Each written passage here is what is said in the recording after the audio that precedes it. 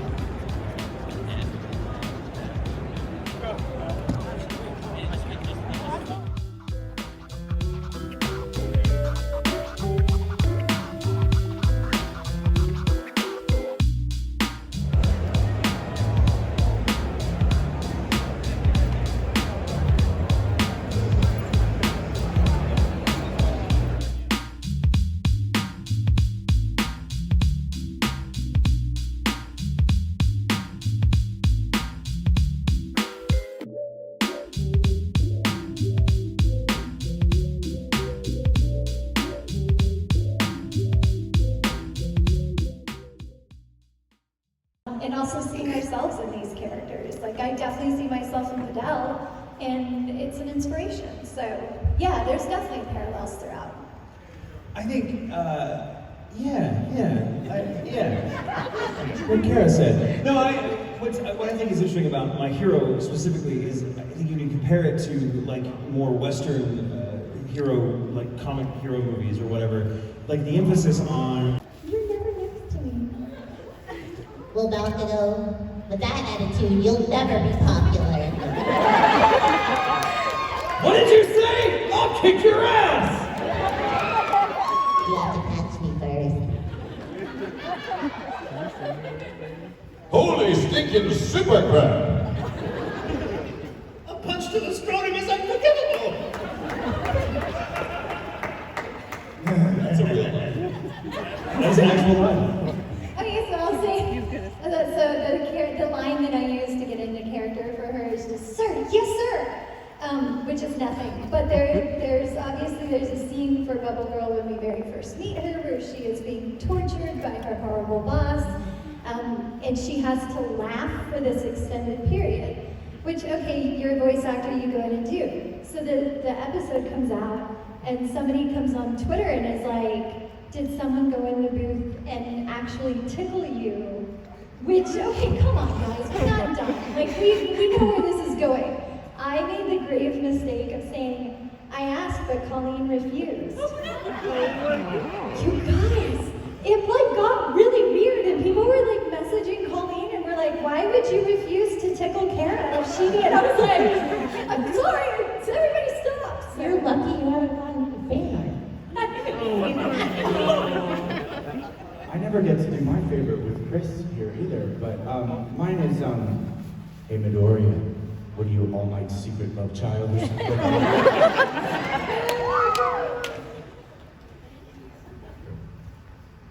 I really need your help. Lex Luthor and Tomoe Shigaraki are teaming up and planning to launch a meteor that'll kill everybody. So I tried to stop them, but I got hit by kryptonite. I'm temporarily weak, so can you help me out, please? Well, the one person we need isn't here. I'd help you too, but I can relate. What's her name? I don't know. The lady who was Lucy. Oh, Choco. Recovery girl. No, not yet. That. Thank you. I was like, not a Choco. We need recovery girl, and she's not Oh, here. yeah. So it's on you. Okay, fine. Well, let's do this. Hello, Tomura Sugar Rocky. What are you playing on? Really? Well, you better not do something sketchy. Oh, also, one more. Hey, Mosquito. No! You need to see Dr. Phil. I'm busy! Okay. Thank you. That was one super man.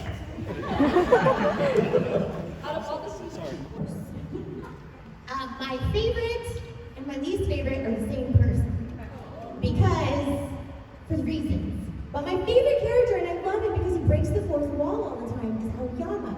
I think he's awesome because he's constantly like looking at the camera while we're all doing our thing.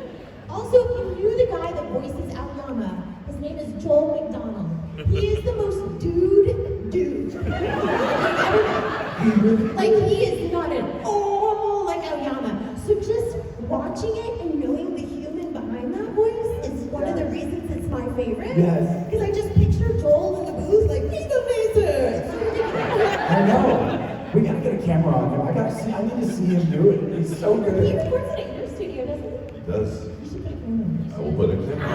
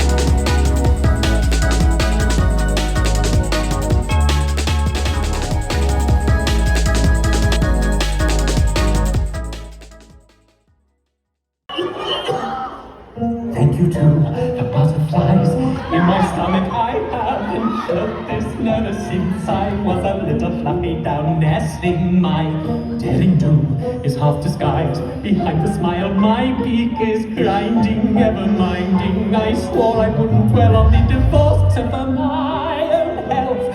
I remind myself that when I see him, I know that it won't feel so tough. I'll believe him and not the voice.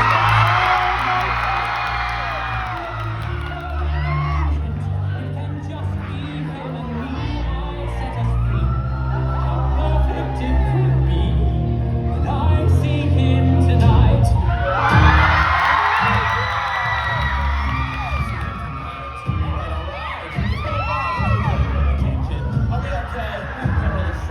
I'm getting by avoiding his questions. So complicated, I hate when it's complicated. Why do I always end up in situations that are complicated? Here I go again, getting in my head, so I'll focus on the sexy stuff instead. When I see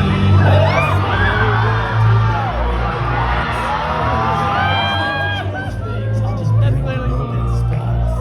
we've got a nice arrangement, and it's working out just fine. Ultimate right. Fucking learn if this goes bad. When I see him tonight, am I doing something I can't take back? Relax. Would he want me if he was free? And if he's only here as a prisoner, what kind of monster does that make me? My entire life's been written in stone and above. He taught me that I could choose. He deserves the choice to stay or go, though it scares me to think what I do. Can't wait to lose ourselves in nasty sex. Can't make that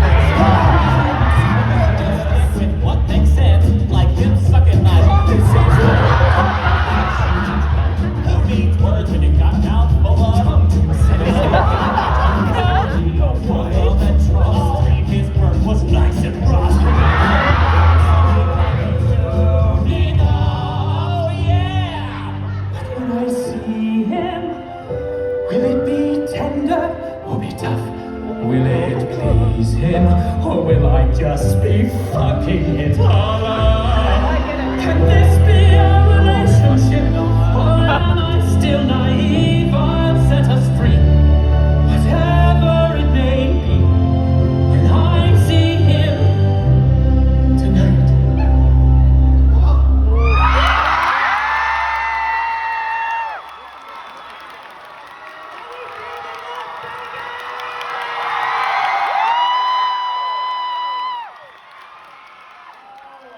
I know you've all been waiting for that. We've been teasing it for some time now. Full Moon is nearly ready for you. Trust me, if they're blow your fucking heads off. That's why you weren't ready for the first 10 seconds of that visual. Trust me. You're not.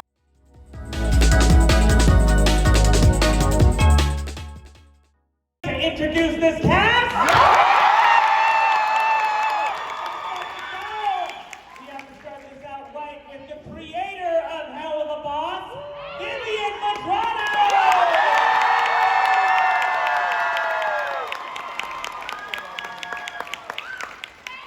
Followed by everyone's favorite hellhound, Erica Linda Cabrera!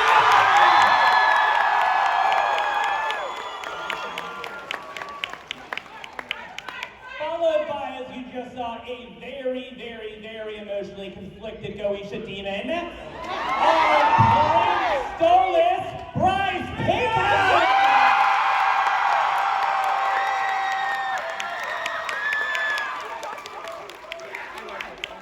Next up, someone very near and dear to my heart, my beloved sister Millie.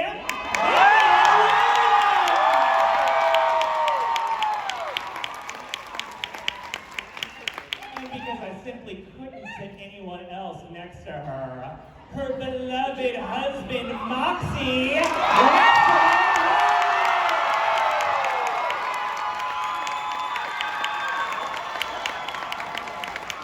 And he's got a new hat.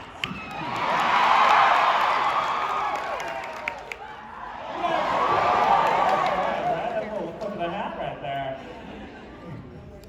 Next up, we have the Helluva Boss himself, Brandon Rogers!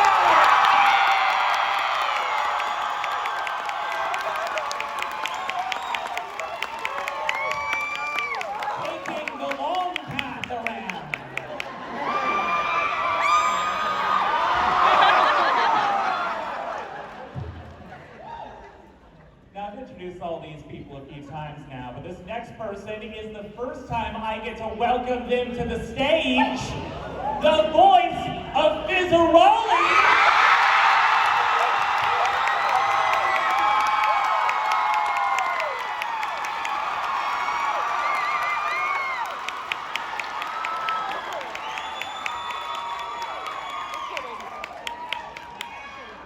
That blew my eardrums right through my fucking skull. Thank you all so much for contractually being obligated to be here today. This feels like we're going to find out the results of a paternity test right now. Oddly enough, every single one of you is the father. Impressive.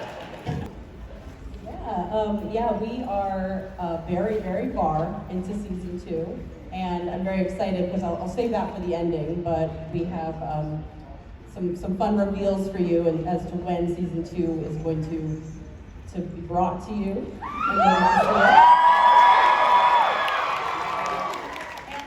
And yeah, as far as the build-up, I mean, everyone in this room, I can imagine, has seen the show. So you guys, you were waiting for that moment, and you're waiting to see where it ends and where it leads. There's two people in the audience who have no idea what the fuck's going on right now. Those 2 people need to get the fuck out. For the parents, you guys probably don't understand what just happened on the screen that you just saw. There are 2 parents quickly walking their children out of what they thought was a Bluey panel. I'm so sorry for corrupting the youth. But no, basically, we've been building this relationship so much, and I'm really excited for you all to see kind of the culmination of so much emotional buildup, and to get a peek at that was the very start of the next episode. So.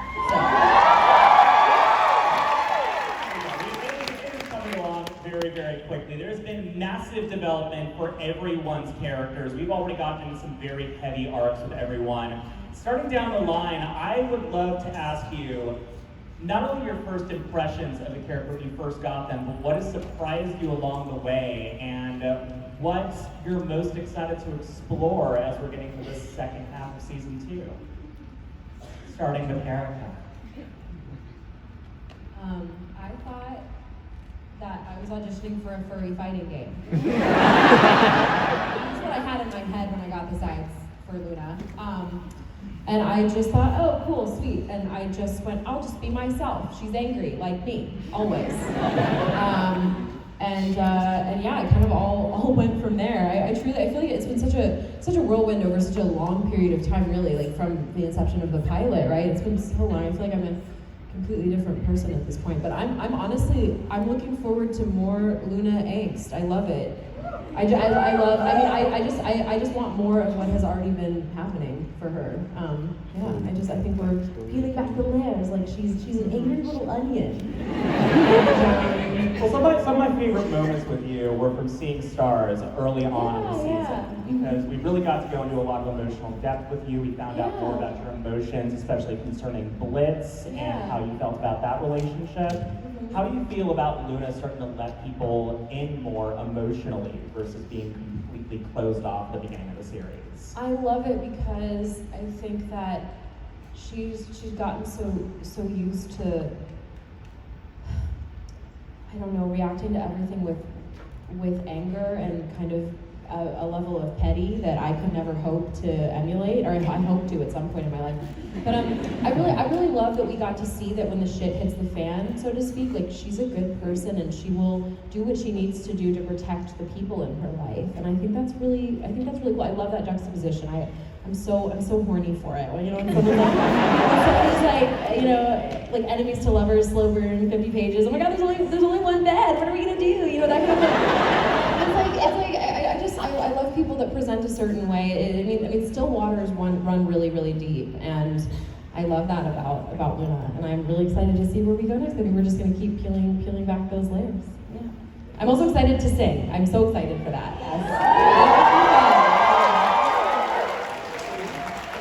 It's gonna sound like this. Whoa, spoilers.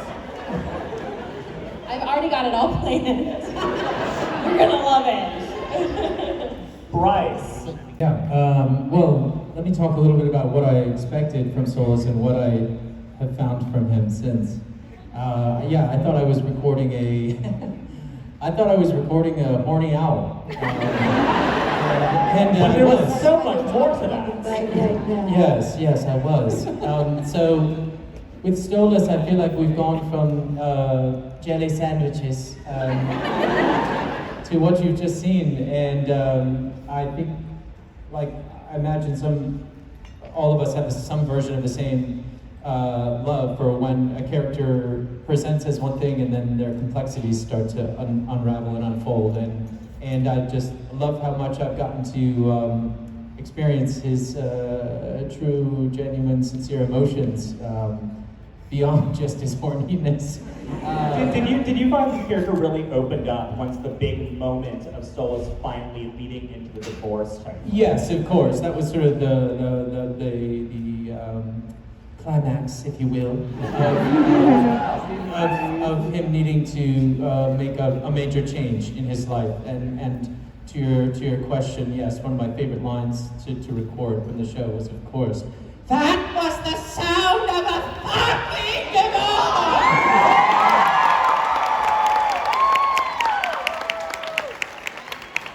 As well. Yeah. Mostly it was the 9mm she had aimed at me when she came to my house. I don't know. I just love this show. It's a workplace comedy.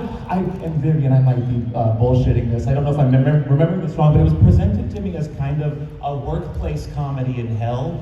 That when they take out other people, and that's just so cool. It's like The Office, but that we can like magnify it because it's animation. We can have explosions happen, and they can go to Earth and just kill kids. And I chose to kill a kid and right away. Like that. So it was one sentence. You get to kill kids. Brandon's like, I'm fucking in. It's in my contract now. Anything that I am attached on creatively, there has to be, at least 5 or under.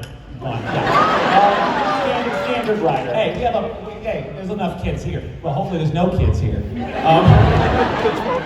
Speaking of, there's a little one. Hi there.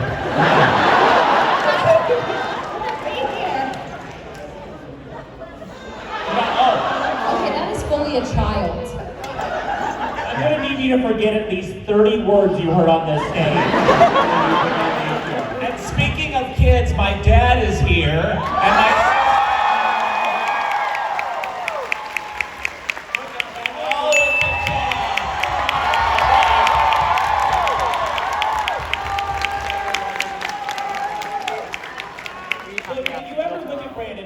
The question, why? I came out of those nuts, swam right out and infected your internet. You were once your daddy's little squirt. I once was. Now I'm his big splash. Can I answer your question more time? Sure, why the fuck not? Forget that word. Anyway. I think social services is at the door. I'm excited to get into your art because when we first hear your voice, it is not the Fizzaroli that we've had on the show recently. We start with RoboFizz. We start with an imitation of the character before we get to the real thing. So I would love to ask you, when you first talked to Viv about the role, what were your thoughts going into Fizz, and did you know any of this arc when you first began, or was this all slowly sort of rolled out to you? I'll start at the end. No is the answer to the second part. I didn't know anything about the arc, and boy, am I happy that it just started happening the way it did organically.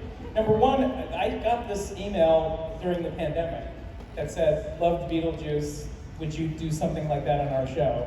And I watched the pilot, and with my wife, and we were dying laughing. And then I didn't know at that moment, this is going to sound much sweeter than it is, but I didn't know at that moment that show actually is what kind of saved me through the pandemic. Being a part of it and doing it and feeling a part of a new community. Because in the theater community is wonderful and really super inclusive and that's great, but I've seen a lot of those same people for 15 years, and that's a wonderful thing, but there's not a lot of variance. So to be accepted into a world where there are just new people to meet, wonderful people like Brandon, and also Richard's there. And so, no, but it really is. Look at me, I'm Beetlejuice!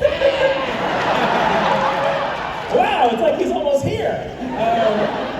So I have, since that moment to now, which is, holy shit, like seeing people dress up as, I'm sorry, holy crap, seeing people dress up as everybody, not just Fizz, but also just tell people like what it meant to people. And then as far as the arc goes, anyone that was, Richard knows this for sure, that I was when shit hit the fan in those episodes later on with the anxiety and things like that, we had a huge day of doing that. This was like a very difficult, tear-driven thing that I'm so happy translated, because I watched the episode, and I don't mind watching things that I'm on, and I cried during that episode. This is a much bigger deal to me than I think my casualness puts it, but this is like very nerve-wracking to be in front of a bunch of people who love something, but really people who really love something. And it's really cool, you really feel it out there and across the internet. So no, I had no clue the scope of this thing, but boy, am I really fucking happy to be on the ride. I really appreciate being here.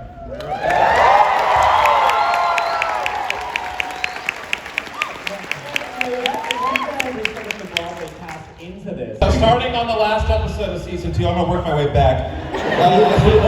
We open on Fizz's funeral. Oh, the episode before that is a real comedy. Your relationship with Fizz and finding this growth in Blitz as he like rekindles his friendship with Fizz Rolly. There's a lot. Well, Fizz, in my opinion, is like that first icebreaker of Blitz really starting to redeem himself or make serious progression in his character. He's really, whether intentionally or unintentionally, he's really made things hard between himself and a lot of people in his life. I think, you have Verasica, you have all, I have a feeling Wally might not like him very much, but... we've all kind of ruined Wally's life. We all have, yeah, but Wally ruins our lives because we have to see him on that telly. I say, shut up.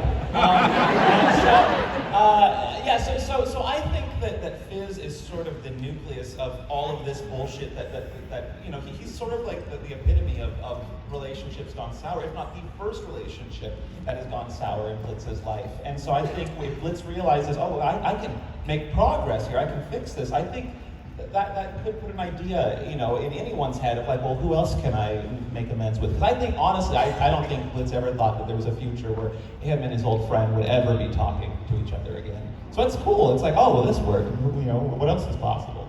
So, anyway. And Viv, I'd love to expand on that with you. Like, Probably. Shut the fuck up!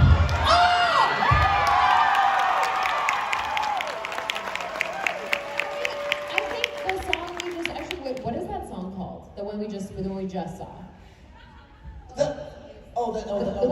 When I See Him is that song.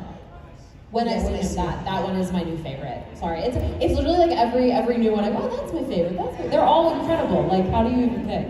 Sure, that one for now. Sure, for now. You're on thin ice, kid. Yeah. Well,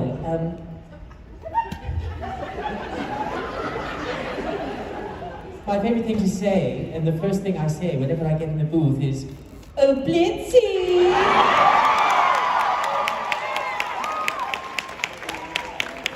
Let's see if Richard has any diapers. And yes, my favorite song is whatever one we're recording next.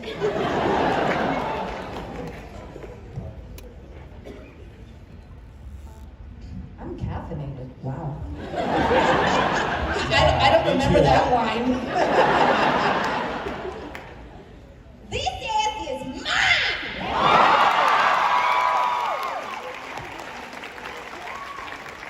Bryce's first song. What's it called? Everything Will Be Okay. That's my favorite. And my favorite is Miss Bomb, would you like to do a sex with me?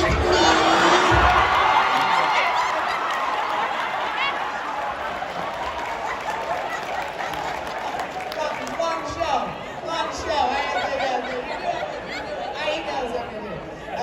My favorite one is, besides Philly, is Philly. You have 4 heads. I'm gonna kiss them all. A human called me a possum.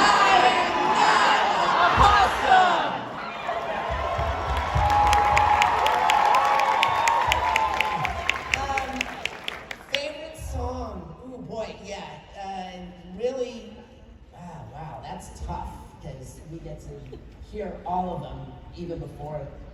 I guess of my songs, I love our singing with we're in the Moxie's Bad Trip song. I was having a terrible time. Yeah. Boy, there's a song that's coming up where we do a little duet that we do a little duet that I really like too. So yeah, I love them all. I love whatever song they're singing next. He's gone. He's gone. What are we doing? We're doing a quote and a song? Quote and song. We've done this 500 fucking times. I'm so sorry I fucked your husband. Well, I told her, see, the thing is I fell on the table and she's looking at me like I'm crazy and I just had, the way I fucked him. And my favorite song is, stepped on my nuts and she sucked on my ass. Spit on my dick in a tit. No, cover your ear. Cover your ear. And leave your body or something. But that's my favorite song. I count 35 words you have to forget before you leave these doors. I still don't know the words to that song. I mean, that was the point. Yeah. They made me sing along to it, but she wouldn't let me listen to a cut of it beforehand. She let me listen to it once. And she was like, all right, let's sing along to it, because I want you to mess up all the words. By the way, going off of that quote, there's now an audio clip that exists of Georgie saying that Blitz is the sexiest character on the show. Somewhere out there, Stella's voice is saying that. Yeah, I'm gonna land on one of Stolas's tables, like, sorry, I fucked your wife, and then run out. Be the weirdest way this series will end. End of season 2. I had to look up the quote because I wasn't sure I knew it, but I do know it. It turns out that I'm right, but I'm going to read it because I'm nervous. My favorite quote so far is, I'm a performer, I sing, I dance, I promote products I don't actually use, I don't do danger!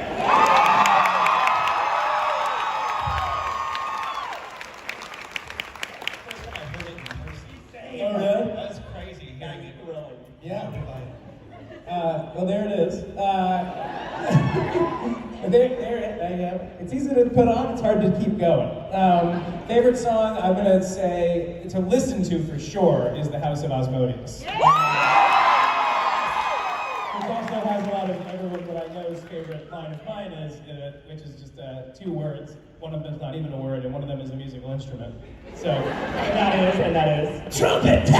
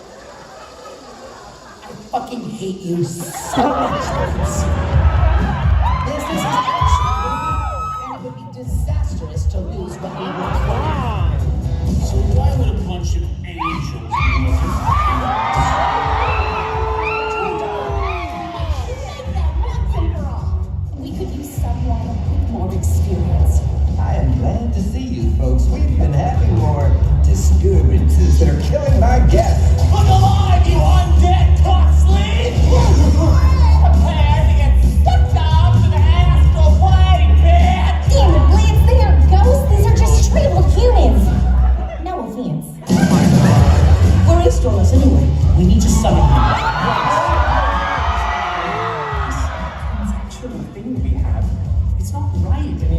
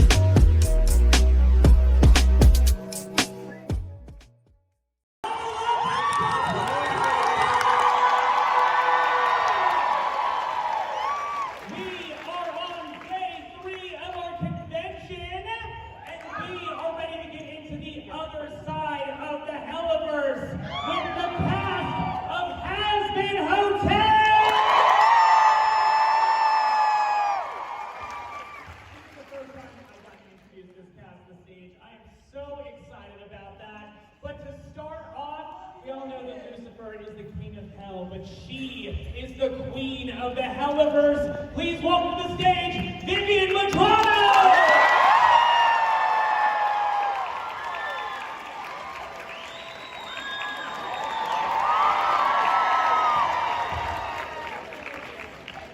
Next up, with the brand new Caribbean that is slaying. Next up, we have our princess. Charlie herself, Erica!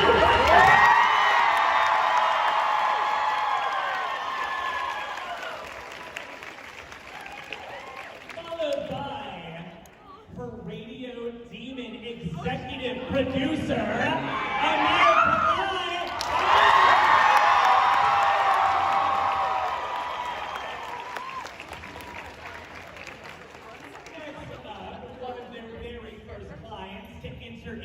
Hotel situation. The voice of Hell's favorite porn star.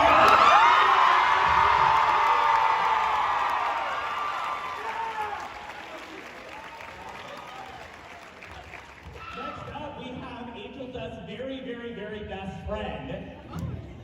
The voice of Valentino.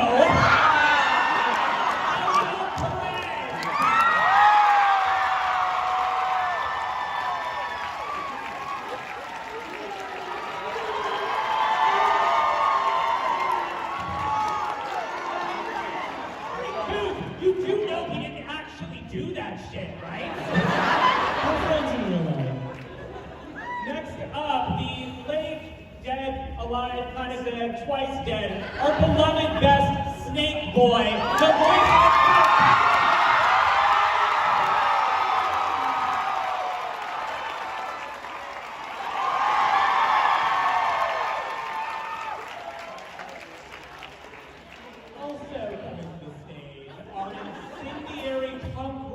Cyclops, the voice of Cherry Bomb.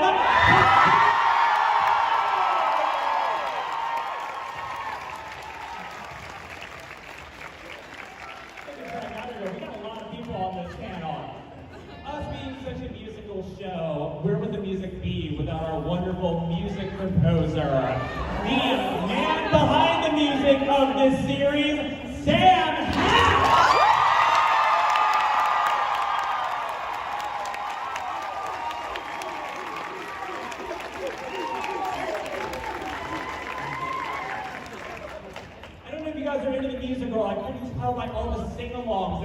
happening in lines downstairs.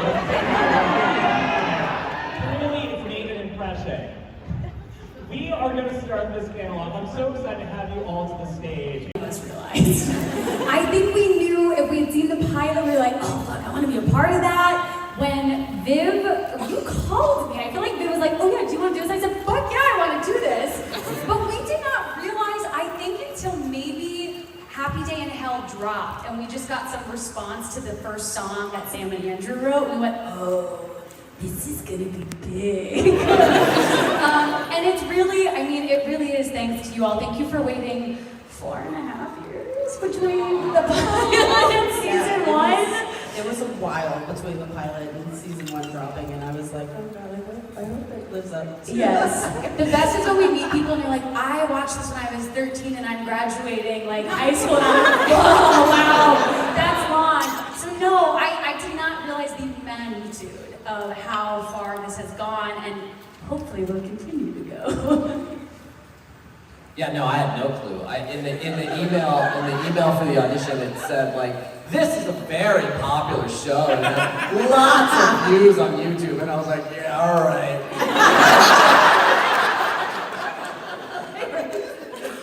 Like genuinely, like a lot of audition emails will like talk about like how great the show is, and so I was like, okay, like sure, you had me at audition.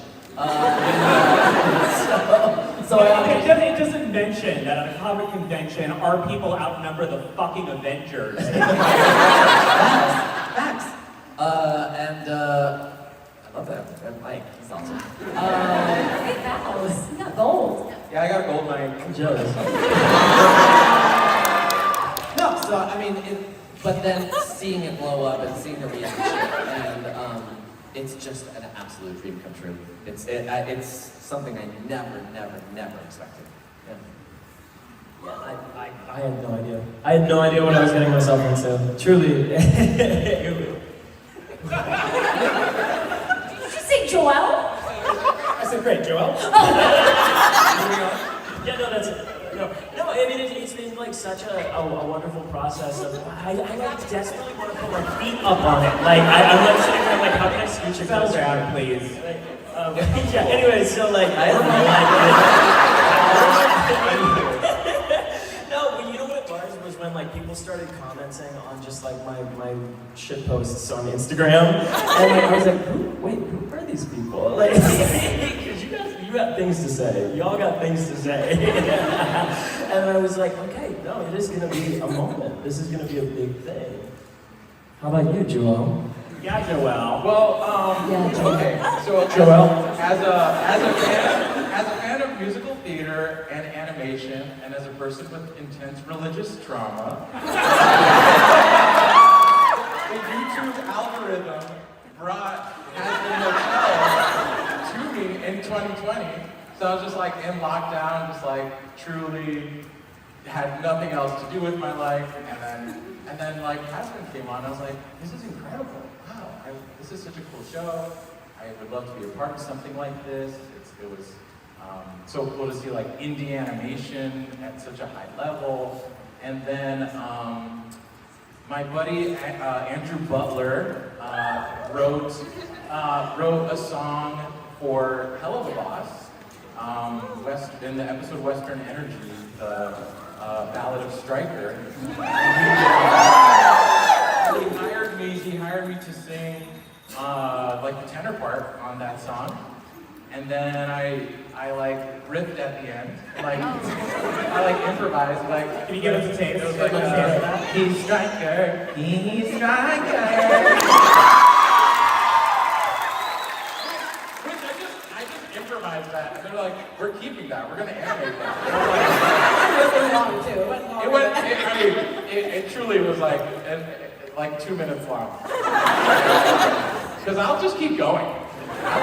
Release the Joel test. Until you tell me release the 2 minutes. I'm gonna keep going. And then when it was done, they're like, Joel, are you an actor? And I was like, yeah. I like to think so. And then I voiced the Dr. Goat on that episode. The little Dr. Samba. Like a little, he's like a little man. And then we were it was such great working together, and then I got an audition for Hazbin, and I happened to be doing a show with Christina Alavato. So wild. We were doing Mystic Pizza, a musical with Mystic Pizza. A lot of pizza heads in the audience. And Christina actually like coached me on my Hazbin audition. And now we're here!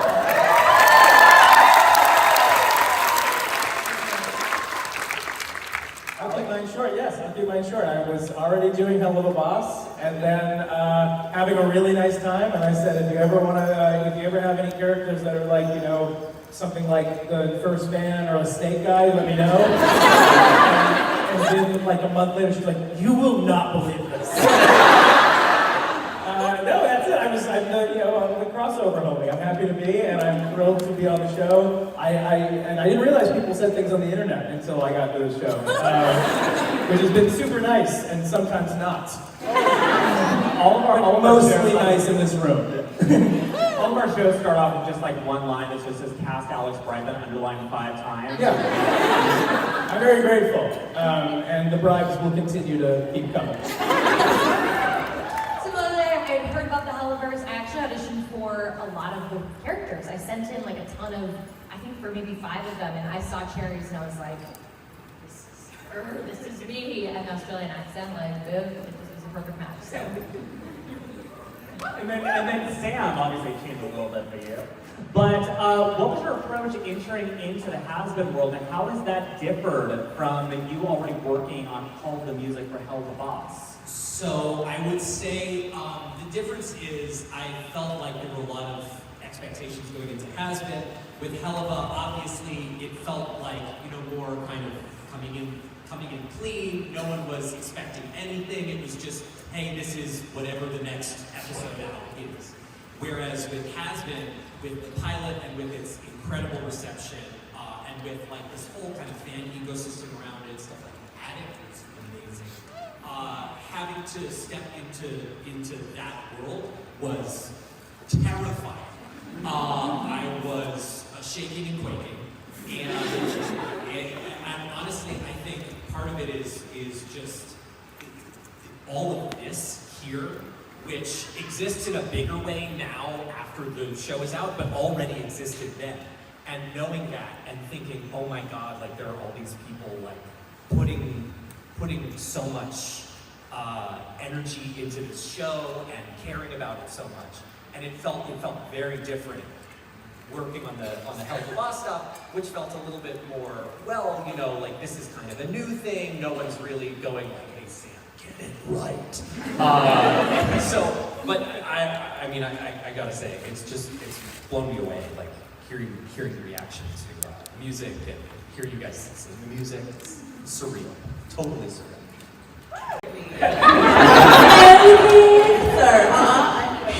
I mean, it's fucking unbelievable. I mean, I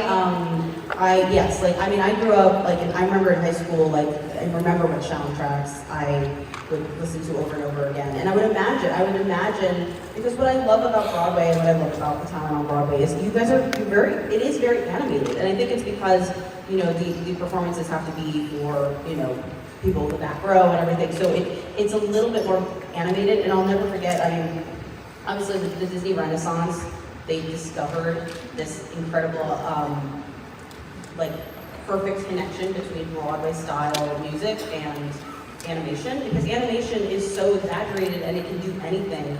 And I think I've always believed it's such a perfect marriage. It's just so suited, and as an animator, as somebody who's an artist, I would find characters and I would find imagery through these cast albums I would listen to. And that's just always where I wanted to go. I just adore music theater. And then when I went to school of visual arts in New York City. And that was, I didn't really see a lot of live theater.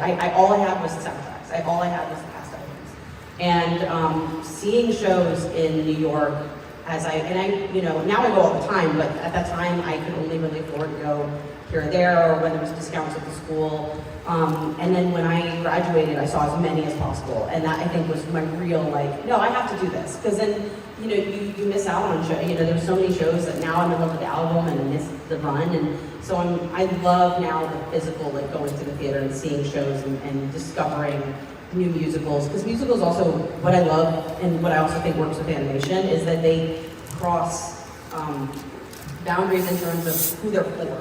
They're not just for kids, they're not just for adults. There's some, and that's something in the animation world that doesn't really, like we're starting to see it, which like I'm really proud, Hazbin is kind of in that space, but there aren't a lot of things that aren't, like if it's for adults, it's R-rated. Like it's like raunchy shock humor, like the edgiest stuff possible. And if it's for kids, it's like, well, it can't have. Like, there's certain things that we're only starting to see more of, like LGBT stories and stories about heavier subjects. Like, you can't, I mean, there's a point where it gets too dark for a kids network, right? And what I love is that musicals are allowed to be that. And so what I love about Hazbin is it gets to be that. So that feels intrinsically Broadway to me, is just like not having like an age that's for. And then yeah, like, I mean, obviously everyone here, I'm a huge fan of, and I'm in awe of you every day, and I love working with you. I'm in every recording session with Richard, and we have so much fun, and it's an honor to have gotten to know you now, and I don't know, I'm still that theater kid though, like that theater fan that's like, oh my god, this is my life now. It's the coolest thing ever. I can't quantify it, it's amazing, so. Doesn't Viv look fierce as fuck?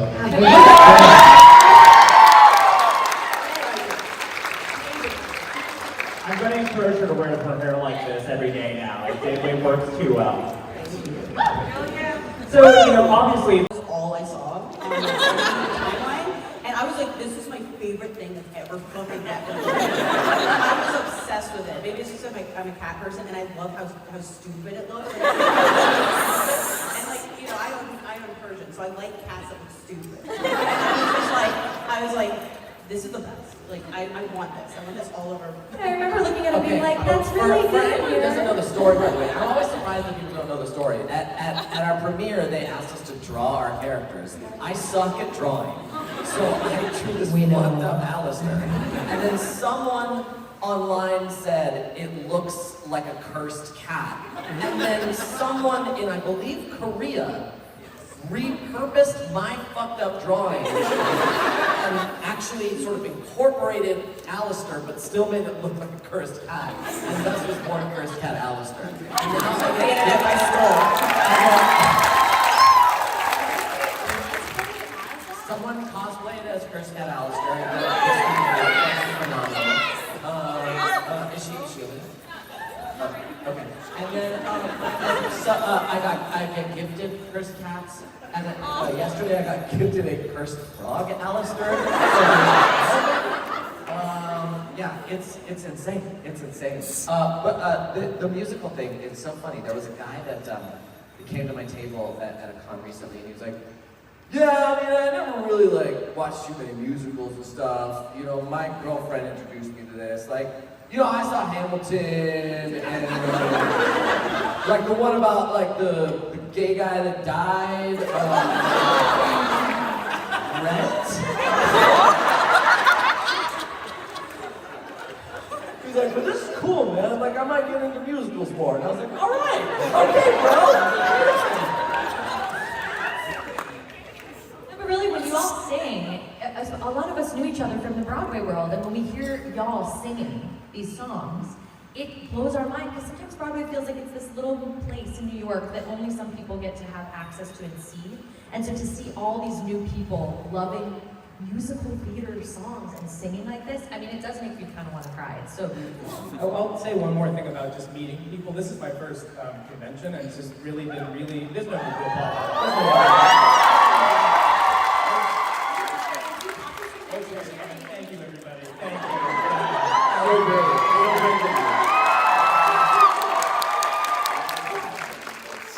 So now I'm going to cry. What I would say is the thing I've picked up on is people, I would assume, that have no business being as brave as they are are being braver than I think they ever have been at places like this. And I think musical theater typically, for me at least, brought out the inner sort of weirder, louder person that I think a lot of us try to tamp down because we try to be the expectations of others. And I think when you see yourself in something, you want to try a little bit, and then when you see people in person in the same way I did when I was younger and watched musical theater artists that I wanted to be like, getting to be close to them and near them in a safe way. And I can't stress that any harder. Is the best way, I think, to break you out of your little nerd shell too. So I think there is something really magical about a place like this in particular, where people can come up, say something that they may not have otherwise said on the street if they met you. And I think this is a nice little captive place, and I say that lovingly. That has really just, I texted my family and I said I've been around fans for a long time. I've had really weird fans from Beetlejuice and stuff like that. And so, but in lovely ways, I don't mean that in English, but this is a nice, really nice, warm group of people that exist in these cons. And so that was a huge surprise to me, but I do think musical theater in general is a nice way to crack people out of their shyness in ways that they never thought they could. So that I think is something that I feel as done as a service in a way that musical theater has done over the years, and so to have it cross over with Hazbin into your eyeballs that haven't seen anything on stage is super thrilling to me as a musical theater artist. So that it's very nice to be here. So specific and so different. I remember it was like, listen up, sugar tits. If I'm gonna live under your roof, we're gonna play by my rules. I will have at least 2 bidets.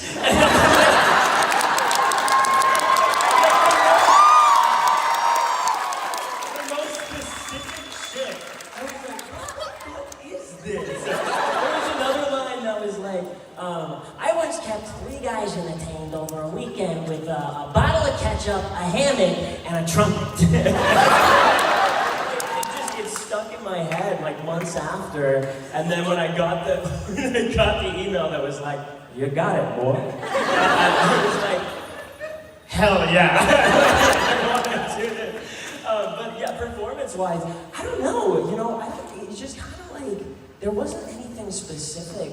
It was maybe I had done like a little Brooklyn accent in like Newsies when I played Crutchy before. But like this is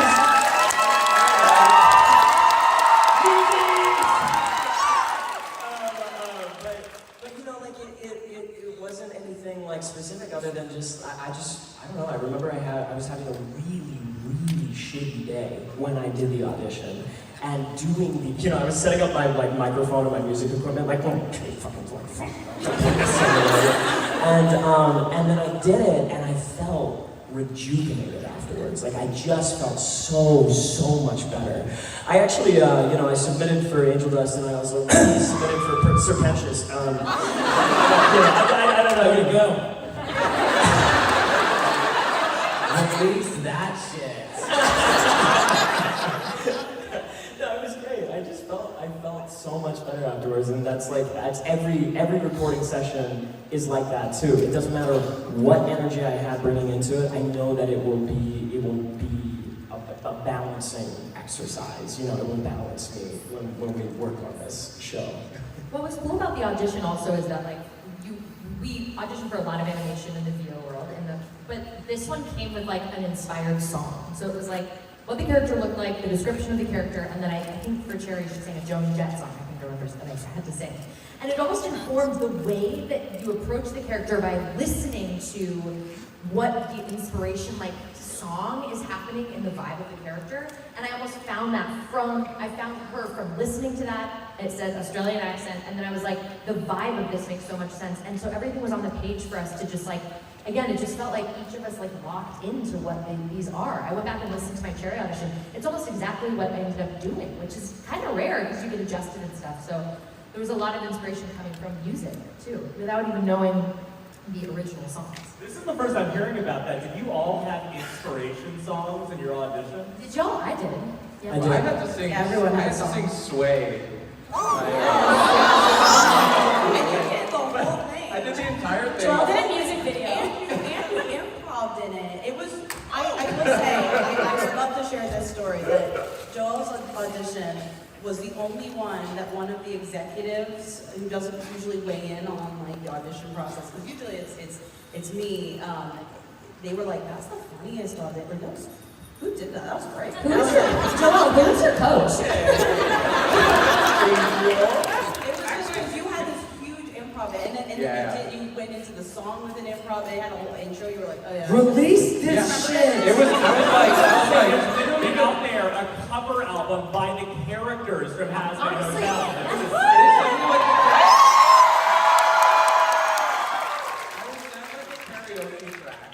To sing along to, and I was just like in character being like, you want me to sing fucking Michael Bublé?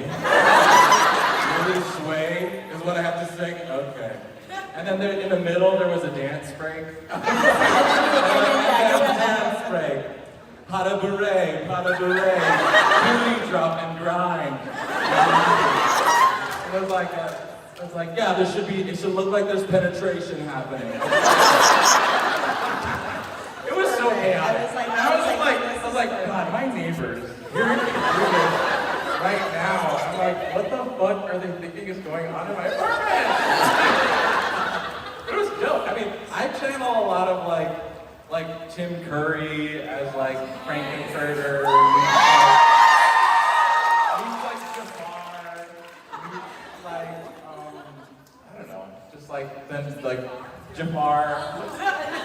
And meets like Divine, meets like just like an over-the-top drag queen, but also then he gets like real, you know? Which I think was a surprise for me because when I auditioned it was just sing sway, and then I had to do pretty much like that first scene when you meet Val, when he's just like, he fucking left! You know, he's very like, like crazy. So I was like, oh cool, Val is just like an over-the-top crazy bitch.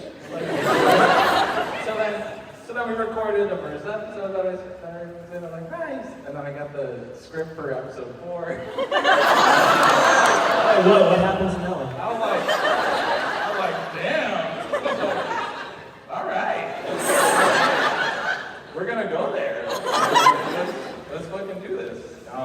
Which I think is such a cool turning point in the season 2, where like the show really gets real and gets really like about trauma, and like you get to really understand where Angel's coming from. And it's as an actor, it's just very, I love playing characters that are really different from who I am as a person, because I'm not Valentino.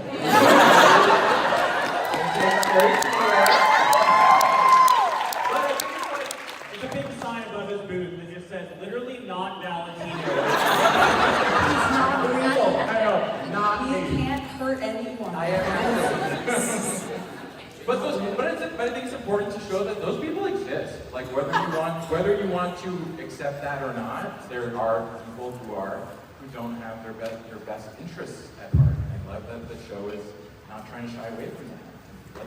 Let's talk about it. Something that's very real to me about that is that I've seen comments of like, well, he's so funny, and then he gets so dark, and I'm like, yeah, like a lot of humans and people are the most charming, charismatic. You know, that's how they get you.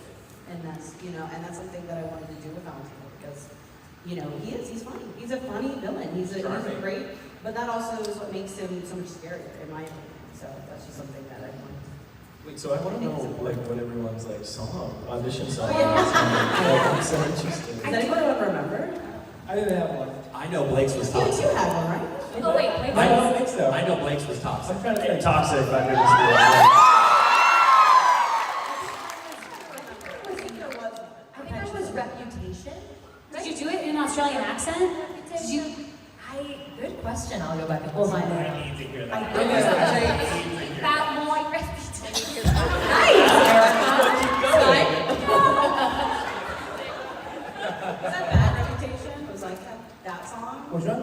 Was it Bad? Mine was Bad Reputation. Yes, okay. I don't think I have one for Adam. I think that there was something musical for Penchus that... For Penchus, I could be wrong. I think, remember that song? Do you remember? It was either a Backstreet Boys song. I think it was a Backstreet Boys. Like it wasn't. I don't remember. Was it Show Me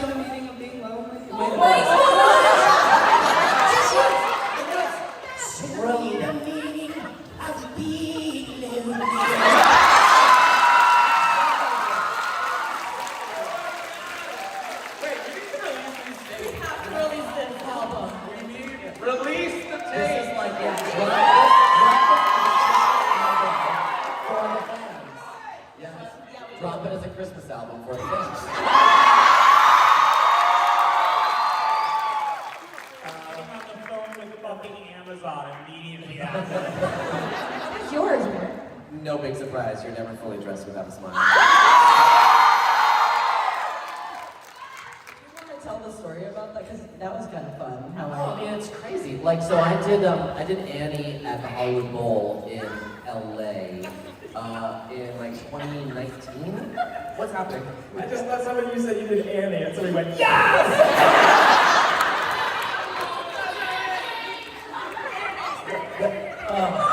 The Annie stands are wild, yo.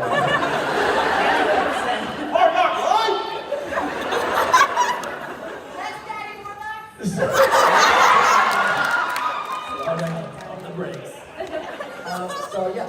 So I did that musical at the Hollywood Bowl in I think 2019, 18, and when Viv was casting this, she thought, let me go onto YouTube and just search Bert Healy singing, something like that, and who's played Bert Healy, and someone had taken a bootleg of me, and I had seen it, but she saw that bootleg and she was like, bring this guy in. And so I got the email, and that they were like, hey, they want you to audition. It's a very Bert Healy type role. And I was like, oh, tell them I played Bert Healy.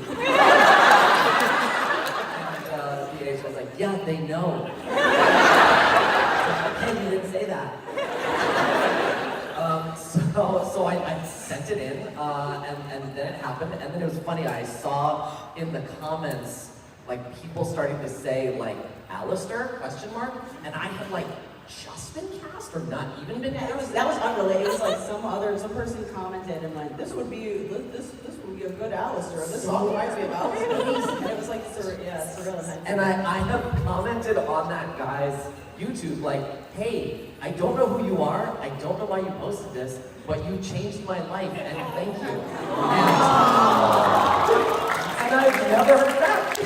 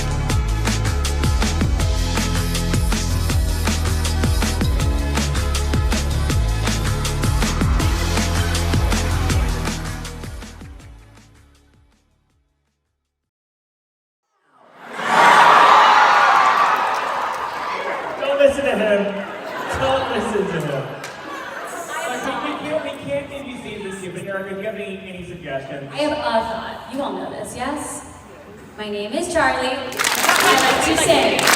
And when we all sing together, it's the greatest thing!